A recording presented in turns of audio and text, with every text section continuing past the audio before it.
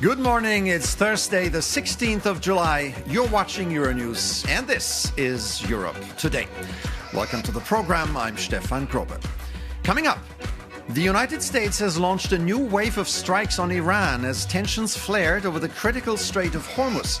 According to the Iranian Health Ministry, 7 military personnel were killed and more than 260 people were injured. Meanwhile, US President Trump renewed his threat to bomb Iranian civilian infrastructure unless Tehran returns to the negotiating table. Global oil prices rose again. The European Commission and Ukraine have signed a new defense industrial partnership, marking a major step forward in the integration of the European and Ukrainian defense industries. One of the highlights of Ursula von der Leyen's one-day visit to Kiev. The Commission also launched the EU-Ukraine drone deal to deepen cooperation on drone and counter-drone technologies. More than 4 years into Russia's full-scale invasion, Ukraine faces mounting pressure on the battlefield. Russia continues its offensive. Drone and missile attacks remain relentless, and Kiev is urging its allies to deliver more weapons and faster. As Europe accelerates its own rearmament and debates its long-term security role, one question remains urgent. Can the European Union do enough to help Ukraine hold the line? We'll speak to EU Defense Commissioner Andrius Kubilius. And Argentina and Spain will meet in the World Cup final in New Jersey on Sunday. The defending champion kicked out England in Atlanta last night after a stunning 2-1 comeback victory with both Argentinian goals scored during the final minutes of the game. We'll have more later in the show. But first, the situation in the Middle East. The war in Iran risks turning into a war of attrition that could go on for a long period of time. President Trump visibly struggles to end the conflict. His about-face over his one-day proposal of a 20% fee on shipping in the Strait of Ormuz was just the latest example. The already fragile ceasefire agreement he struck with Tehran weeks ago seems to be dead, as strikes and counterstrikes have only intensified this week. Let's bring in Adel Hamil in Doha now, who can bring us up to date. Good morning, Adel. What is the situation in the area this morning? Good morning, Stefan. The ceasefire may still exist on paper, but the fighting is only intensifying. Instead of de-escalation, both sides are ramping up military operations, and the conflict is spreading across the Gulf. The U.S. is keeping up its campaign against Iran. Wednesday marked a 5th straight day of strikes, and what's now interesting is that the pace has changed. Instead of just limiting to overnight operations, Washington is also striking during the daylight as well, and that signals a more sustained military campaign.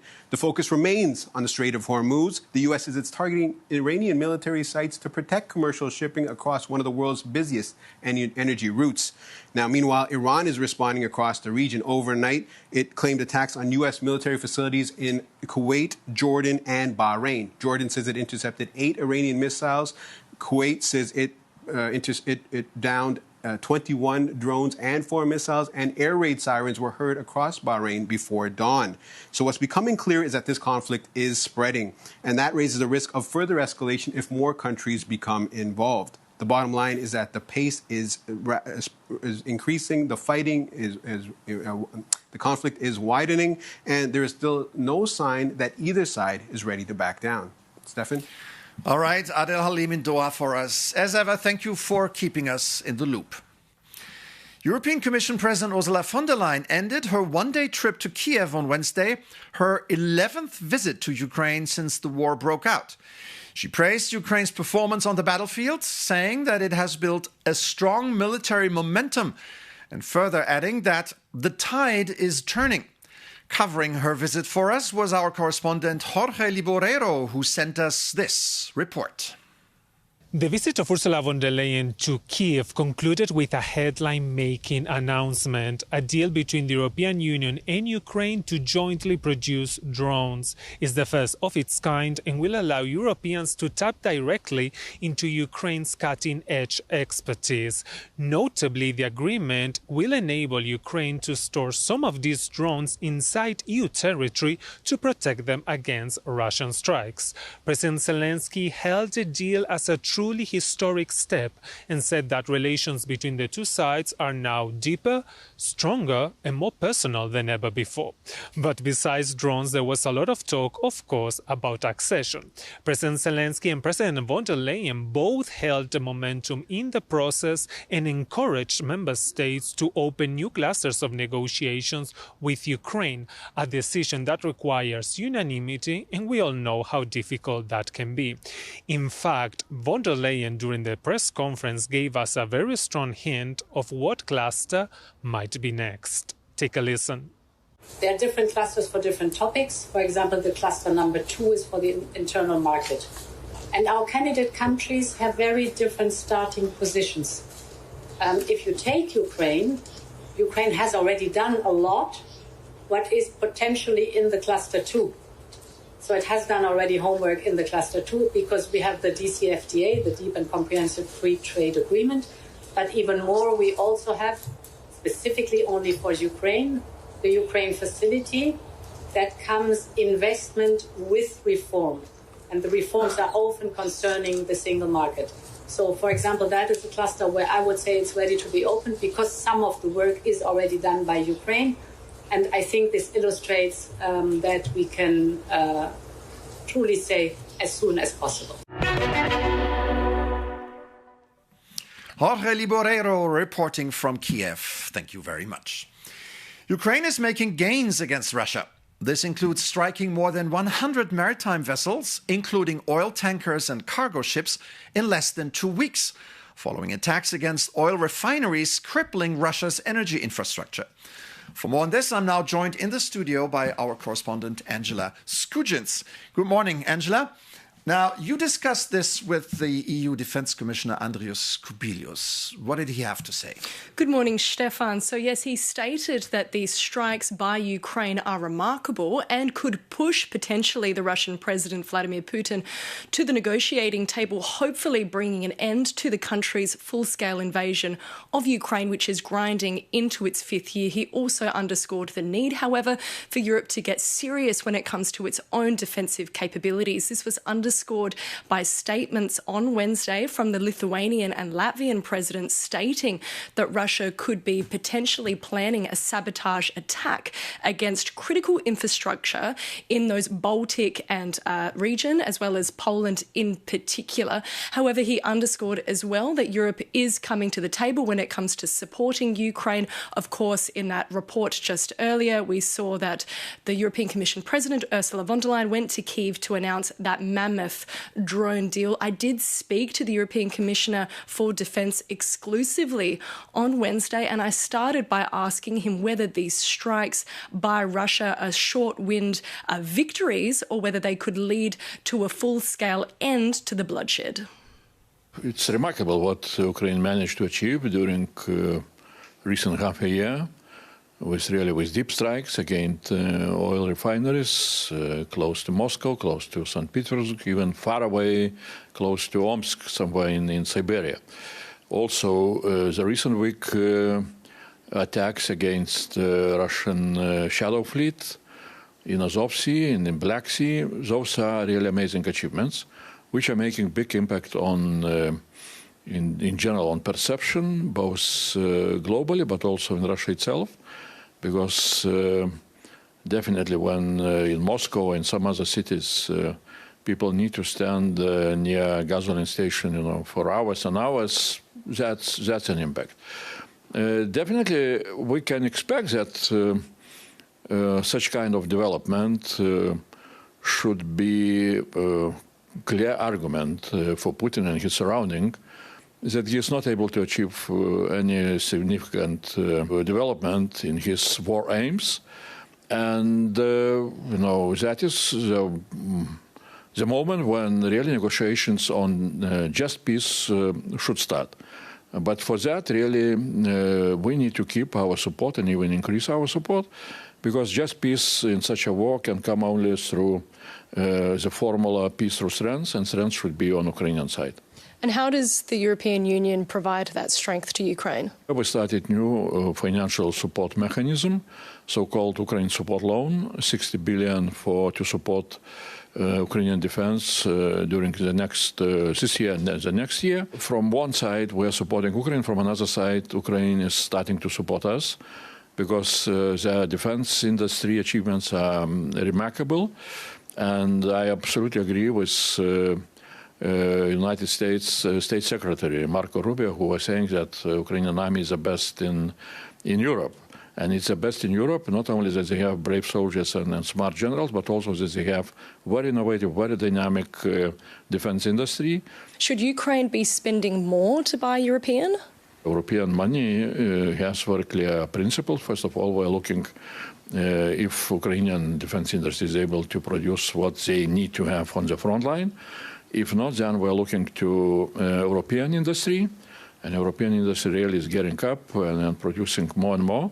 But is European industry, is it there yet to provide Ukraine with what it needs to repel Russia now? If both Ukrainian industry is not producing and European industry is not producing, then no. And if Ukrainians are coming with clear evidence that why they need some kind of products which are not produced by Ukraine or by European Union. US President Donald Trump at the NATO summit in Ankara reiterated his desire to acquire the Arctic island of Greenland.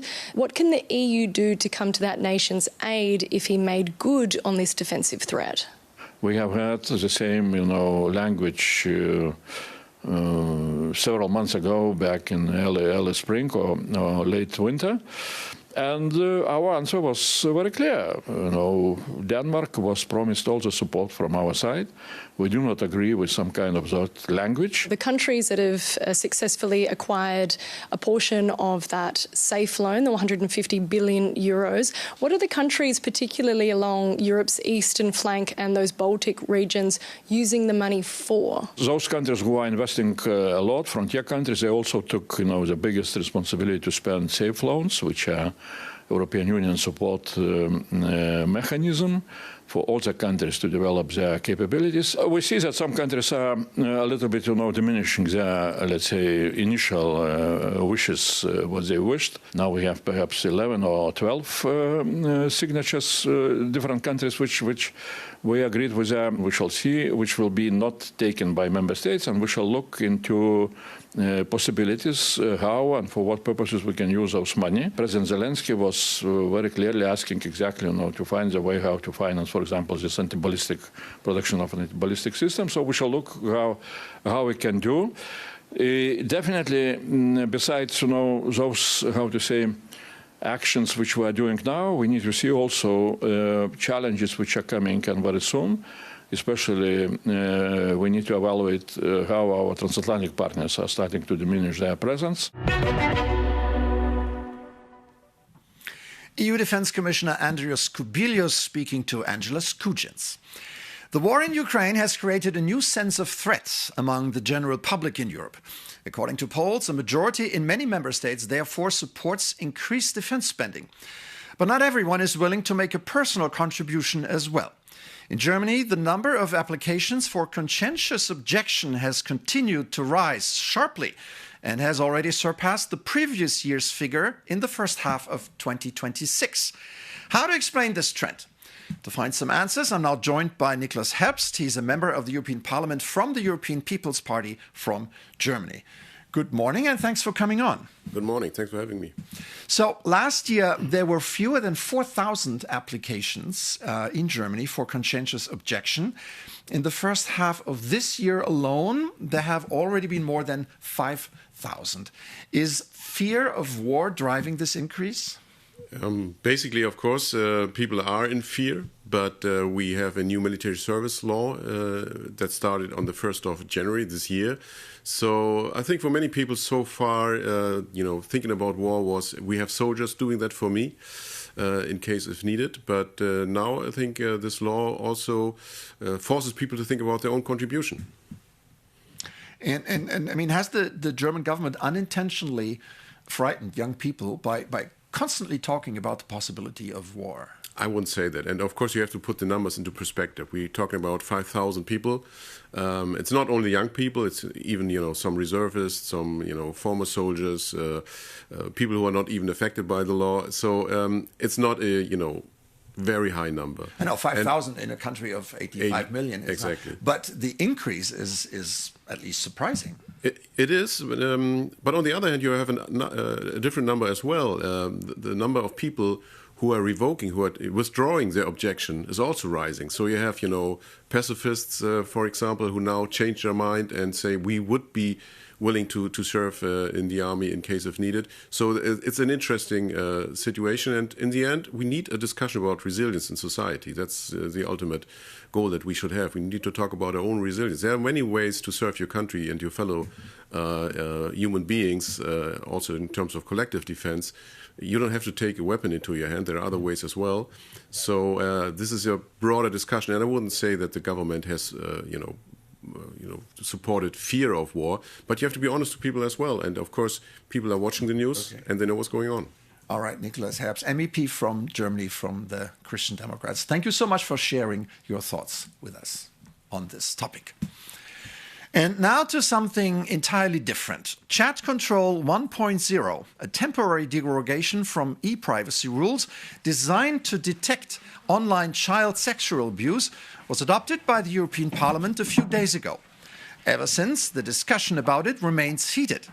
The controversy around Chat Control 1.0 is not primarily about its objective, fighting sexual abuse of children online, but about how it does so and what it means for privacy, encryption, and democratic oversight. To learn more, I'm now lucky enough to have Simeon de Brouwer by my side. He's a digital policy advisor at the European Digital Rights Network, IDRI. Good morning, and thanks for making time for us. Good morning, Stefan. So, your organization basically says chat control threatens fundamental rights, but your critics say you're putting privacy ahead of children's safety. Are they wrong? Yes, they are wrong, because we're not putting it ahead, we're putting it together. There's a way to address this problem without doing mass surveillance and without undermining everyone's privacy and other fundamental rights, and this is what we're putting forward, proportionality. And where do you draw the line between protecting privacy and protecting children? Well, if you can do both at the same time, that's the line that you need to draw.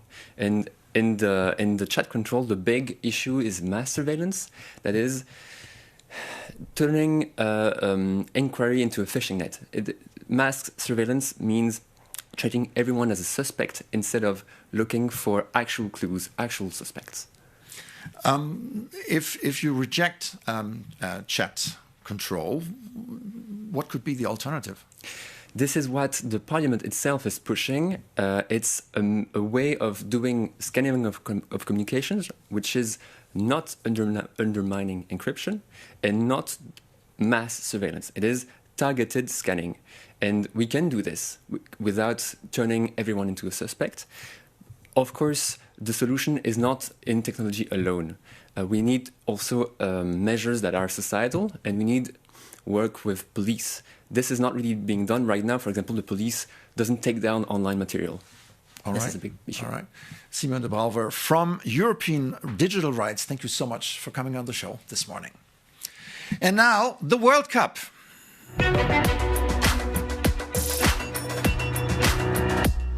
Argentina 2, England 1.